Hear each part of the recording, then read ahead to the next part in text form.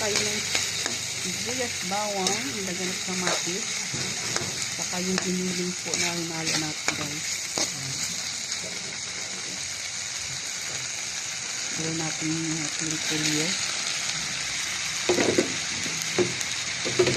Ilay.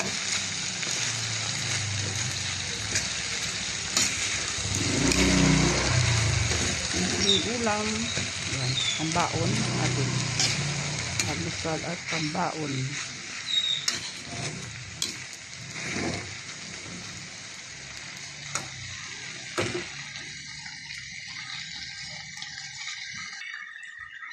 Hindi na natin lagyan ng tubig kasi yung polio din siya nagtutubig na yan. Kaya ayan. Ano na natin sa ano nang giniling yung parang kanyang langis na kita ba. Ayan na po guys.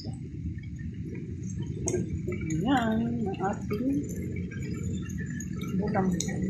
Pambaon at almusal.